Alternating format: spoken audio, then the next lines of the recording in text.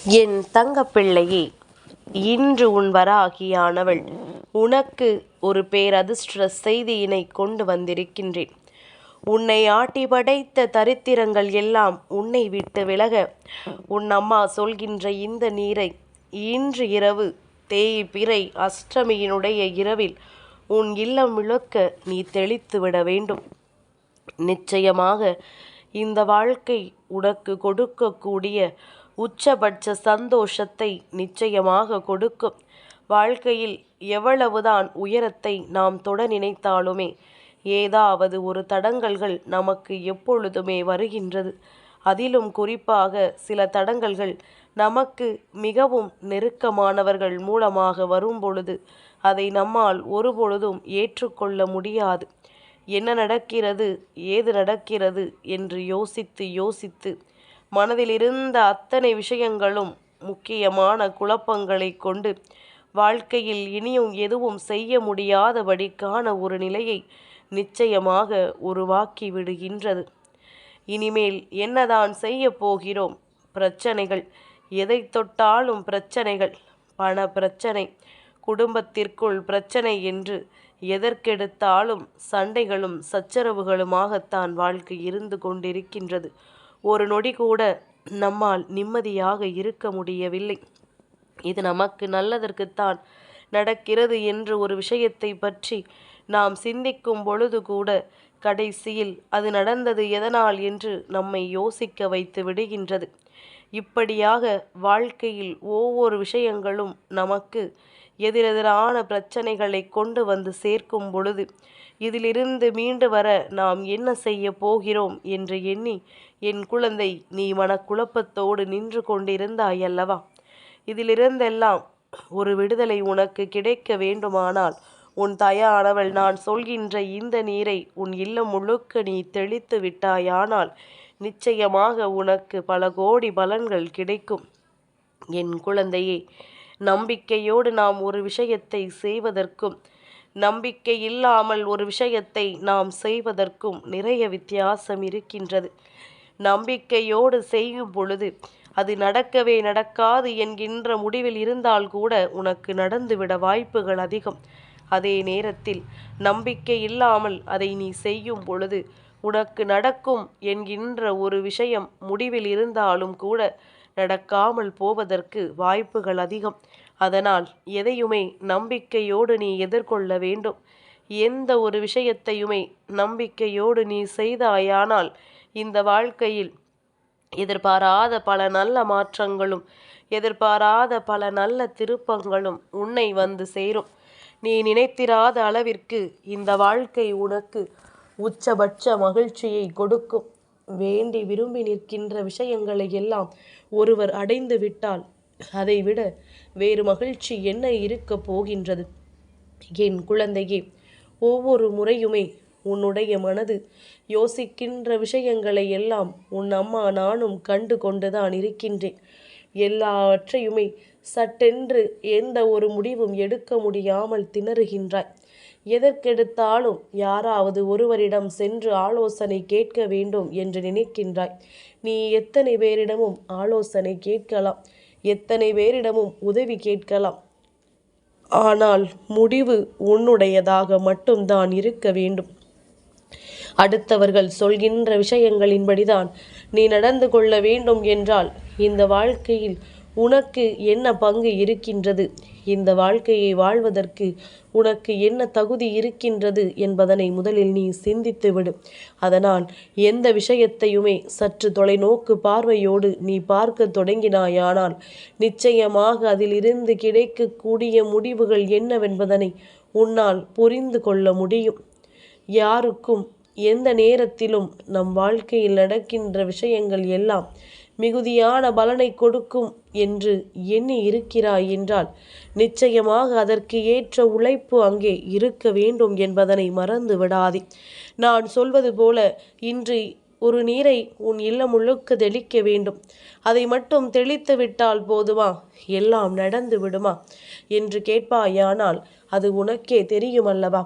அதற்கான முயற்சியும் அதற்கான உழைப்பும் உன் கையில் இருக்கும் பொழுது, அதாவது உன்னை ஆட்டி படைத்த தரித்திரங்கள் எல்லாமுமே உன்னை விட்டு விலக வேண்டும் என்கின்ற உணர்வு உனக்குள் இருக்கும் பொழுது நிச்சயமாக உன்னை சுற்றி வருகின்ற எல்லா விஷயங்களுமே உனக்கு நன்மைகளை கொடுக்கும் என்பதனை நீ மறந்து விடாதே. நல்லபடியாக இந்த வாழ்க்கையை ஒருவருக்கு வாழ முடியும் என்றால் அதற்கு அவர்கள் நினைக்கின்ற விஷயங்கள் எல்லாமுமே அவர்கள் வாழ்க்கையில் அவர்கள் ஆசைப்பட்டதை அவர்களிடத்தில் கொடுக்கக்கூடியதாக இருக்க வேண்டும். எல்லா நேரத்திலுமே நாம் நினைத்தது எல்லாம் இங்கு நடக்கவில்லையே என்று எண்ணி வருத்தப்படாதே. ஆனால் என்றாவது ஒரு நாள் இதுவெல்லாம் நடக்கும் என்பதனை நீ நம்பு. ஏமாற்றம் என்பது வாழ்க்கையில் ஒருவருக்கு வரும்பொழுது அவர்களின் மனது எத்தனை கஷ்டங்களை அனுபவிக்கும் என்பதனை நான் அறிவேன். ஆனால் ஏமாற்றத்தை நீ எப்பொழுதும் உனக்கு வரவழைக்க கூடாது. அது எப்படி தெரியுமா? நடந்தாலும் சரி, நடக்கவில்லை என்றாலும் சரி என்கின்ற மனப்பக்குவத்தோடு நீ இருந்து விட்டாயானால் நடப்பது எதுவுமே உனக்கு ஏமாற்றத்தை கொடுக்காது. ஏனென்றால் அது நமக்கு பலன்களை கொடுத்தால் மகிழ்ச்சி, இல்லை என்றாலும் அதனால் நமக்கு பெரிய அளவில் பாதிப்பு இல்லை என்கின்ற எண்ணத்தில் நீ இருந்து விட வேண்டும் என்றுதான் உன் அம்மா சொல்கின்றேன். இப்படியே உன் வாழ்க்கையை நீ வாழ்ந்து கொண்டிருந்தாயானால் உனக்கு இந்த வாழ்க்கையில் மேலும் மேலும் பல துன்பங்கள் வராதபடிக்கும், மேலும் மேலும் உனக்கு கஷ்டங்கள் வராதபடிக்கும் நான் இருந்து உன்னை வழிநடத்துவேன் என்பதனை நீ புரிந்து கொள்வாய். என் குழந்தையே, இன்று இரவானது தேய்பிறை அஷ்டமியினுடைய இரவு. அதாவது இன்று கால பைரவரை வழிபட வேண்டிய நாள், பிரித்யங்கரா தாயானவளை வணங்க வேண்டிய நாள். இப்படி நீ இவர்களை வணங்கக்கூடிய இந்த அதிர்ஷ்ட நேரத்தில் நான் சொல்கின்ற இந்த நீரை உன் இல்லத்திற்குள் தெளித்து விட்டாயானால் உன் இல்லத்தை ஆட்டி படைத்த பீடைகள் எல்லாம் விலகி ஓடும். இனி எந்த நேரத்திலுமே உன் இல்லத்திற்குள் தீமைகள் தங்கிவிட முடியாதபடிக்கு நல்ல விஷயங்கள் எல்லாம் நடக்க தொடங்கும். மன நிறைவோடு இந்த வாழ்க்கை உனக்கு தந்த மகிழ்ச்சியை எண்ணி எண்ணி நீ சந்தோஷப்பட்டு கொண்டிருப்பதை விட இந்த வாழ்க்கை உனக்கு கொடுக்கின்ற மகிழ்ச்சியை எல்லாம் நினைத்து இனிமேலாவது அதை அனுபவிக்க தயாராகு. எல்லாமும் உனக்கு ஏற்றது போல, உனக்கே உரித்தானது போல அத்தனை விஷயங்களையும் உன்னிடத்தில் கொண்டு வந்து சேர்ப்பதை உன்னால் உணர முடியும். யாரும் இங்கே உன்னை பெரிதாக எந்த ஒரு காயத்தையும் நோக்கி பயணிக்க வைப்பதில்லை. ஆனால் நீ நினைத்துவிட்டால் இங்கு முடியாது என்று எந்த ஒரு காரியமும் கிடையாது. நீ நினைத்துவிட்டால் இங்கு சாதிக்க முடியாது என்று எந்த ஒரு விஷயமும் கிடையாது. எதுவாக இருந்தாலும் அவரவர் மனநிலையை பொறுத்து அவரவர் வாழ்க்கையில் அவர்கள் விரும்பியதை கொடுக்கும். அப்படித்தான் உனக்கும் உன் வாழ்க்கையில் நீ விரும்பியது கொஞ்சம் கொஞ்சமாக உன் கைகளில் வந்து சேரப்போகின்றது. நாம் நினைக்கலாம், அவர்கள் அப்படி இருக்கிறார்கள், இவர்கள் இப்படி இருக்கிறார்கள் என்று. அவர்களாக நாம் பிறந்திருக்க கூடாதா, அவர்களாக நாம் வாழ்ந்திருக்க கூடாதா என்ற பல எண்ணங்கள் உனக்குள் நிச்சயமாக வந்து கொண்டுதான் இருக்கின்றது. ஆனாலும் இதிலிருந்து மீண்டு வர நாம் என்னவெல்லாம் செய்ய வேண்டும், நாம் ஆசைப்பட்டது எல்லாம் நடக்க நாம் எந்த வகையில் முயற்சி செய்ய வேண்டும் என்பதனை என் குழந்தை நீ முதலில் புரிந்து கொள்ள வேண்டும். இத்தனை காலமும் என் குழந்தைக்கென்று நான் கொடுத்த ஒரு முக்கியமான விஷயம் என்ன தெரியுமா? எதையுமே எதிர்கொள்கின்ற துணிச்சல். வாழ்க்கையில் என்ன நடந்தாலும் அதை எதிர்கொண்டு வாழ வேண்டும் என்று உனக்குள் நான் கொடுத்திருக்கின்ற அந்த துணிச்சலினால் நீ இனியும் வாழ்ந்து காட்டுவாய் என்பதுதான் உண்மை. இத்தனை காலமும் உன்னை வேடிக்கை பார்க்க துடித்தவர்கள் இனியும் உன் வாழ்க்கையில் உனக்கு துன்பங்களை கொடுக்க நினைக்கின்றவர்கள் என்று இவர்கள் மத்தியில் பல போராட்டங்களை நீ சந்தித்து கொண்டிருக்கின்றாய். எப்பொழுதுமே உனக்கு மட்டும் இவர்கள் போராட்டங்களை கொடுப்பதற்கு என்ன காரணம்? ஏனென்றால் அவர்களுக்கு நீதான் மிகப்பெரிய போட்டியாக தெரிகின்றாய். உன் வாழ்க்கையில் மட்டும்தான் முன்னேற்றம் வந்துவிடக்கூடாது என்பது அவர்களின் எண்ணமாக இருக்கின்றது. நீ எந்த நிலையிலும் முன்னேறிவிடக்கூடாது என்று நினைக்கின்ற இவர்களுக்கு மத்தியில் நீ நிச்சயமாக முன்னேறி காட்ட வேண்டும் என்பதனை முதலில் புரிந்து கொள். உனக்கான சந்தர்ப்பங்களையும் சூழ்நிலைகளையும் நான் உருவாக்கி கொடுக்கும் பொழுது ஒரு பொழுதும் அதை வேண்டாம் என்று நீ சொல்லிவிடக்கூடாது. இன்று நான் சொல்கின்ற இந்த நீரை உன் இல்லம் முழுக்க நீ தெளித்து விட்டாயானால் அதன் பிறகு காலத்திற்கும் உன் இல்லத்திற்குள் தீய சக்திகளினுடைய நடமாட்டமோ அல்லது எதிர்மறை ஆற்றல்கள் உள்ளே நுழைவதோ என்பதோ நடப்பதற்கு முடியாத ஒரு காரியமாக மாறிவிடும். என் பிள்ளையை, அதற்கு முன்பாக இந்த நீரை தெளிப்பதற்கு நீ ஒரு சொம்பு நிறைய தண்ணீரை எடுத்துக்கொள். அதனுள் நான் சொல்கின்ற இந்த பொருட்களை போடு. என் தங்கமே, அதில் முதலாவதாக நீ போட வேண்டியது பச்சை கற்பூரம். பச்சை கற்பூரத்தை நன்றாக நுணுக்கி அதனுள் போட்டுவிடு. எல்லாமும் குறைந்த அளவு இருந்தால் போதும், அதிகமாக போட வேண்டும் என்ற அவசியம் கிடையாது.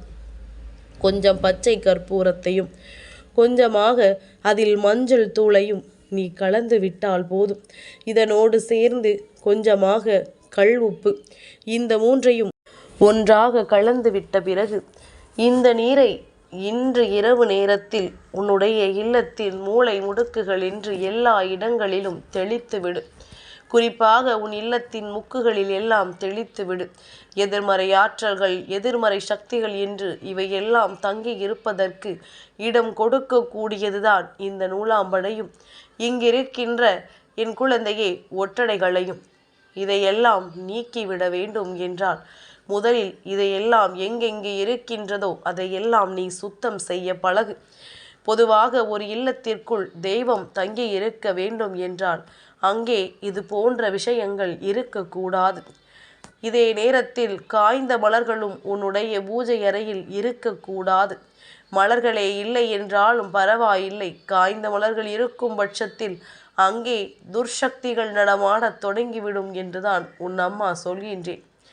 என் குழந்தையே, துர்சக்திகள் ஓர் இல்லத்தில் இருக்கும் பொழுது அதை நாம் மந்திரம் தந்திரங்கள் எல்லாம் செய்து வெளியே அனுப்புவதை விட நான் சொல்கின்ற இந்த நீரை தெளித்தாலே போதும், அவையெல்லாம் தானாகவே உன் இல்லத்தை விட்டு ஓட்டமெடுக்கும், திரும்பி கூட பார்க்காது.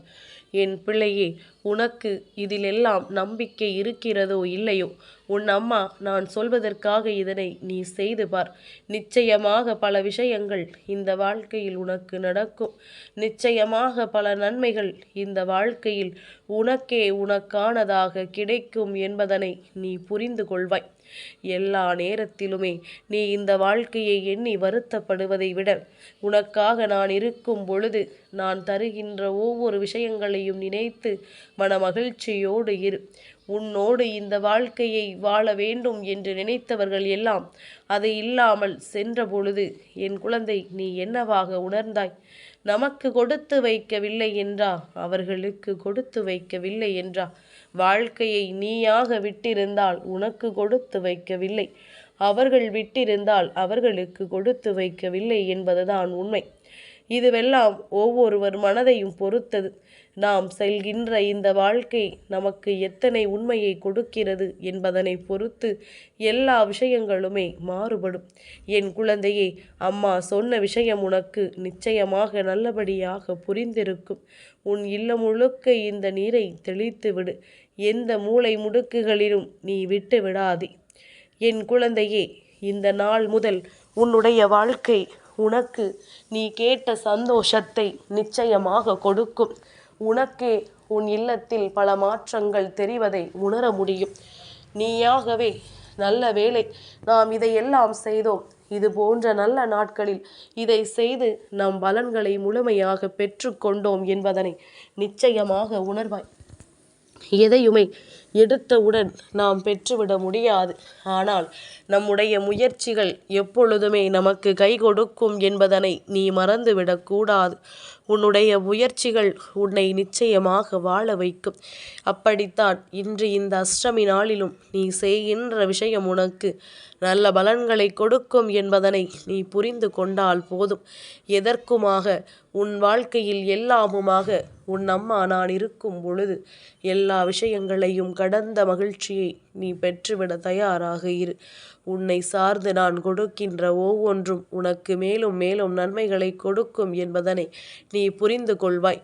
வேண்டும் என்றே இந்த வாழ்க்கையில் உனக்கு கெடுதல்கள் நடந்தாலும் அதையெல்லாம் கடந்து நீ வாழ பழகிக்கொள்.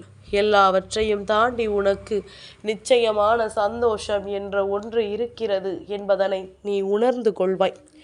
என் தங்கப்பிள்ளைக்கு இந்த வராகி அம்மாவினுடைய ஆசீர்வாதங்கள் எப்பொழுதும் உண்டு.